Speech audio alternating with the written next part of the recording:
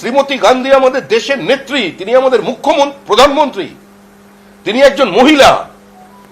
তার কুশপুত্তলিকার উপরে থুতু ফেলা হবে, তার কুশপুত্তলিকার উপর মূত্রত্যাগ হবে, তার নামাঙ্কিত একটা লাইব্রেরির 70,000 বইতে আগুন লাগিয়ে দেওয়া হবে। মমতা বন্দ্যোপাধ্যায়ের পাশে বসে যিনি বিচার ব্যবস্থার প্রতি প্রশ্ন তুললেন, তার প্রতি শ্রদ্ধা রেখেও বলছি, ওই লাইব্রেরিতে ফুলবউও ছিল, ফুলবউতেও আগুন লেগেছে।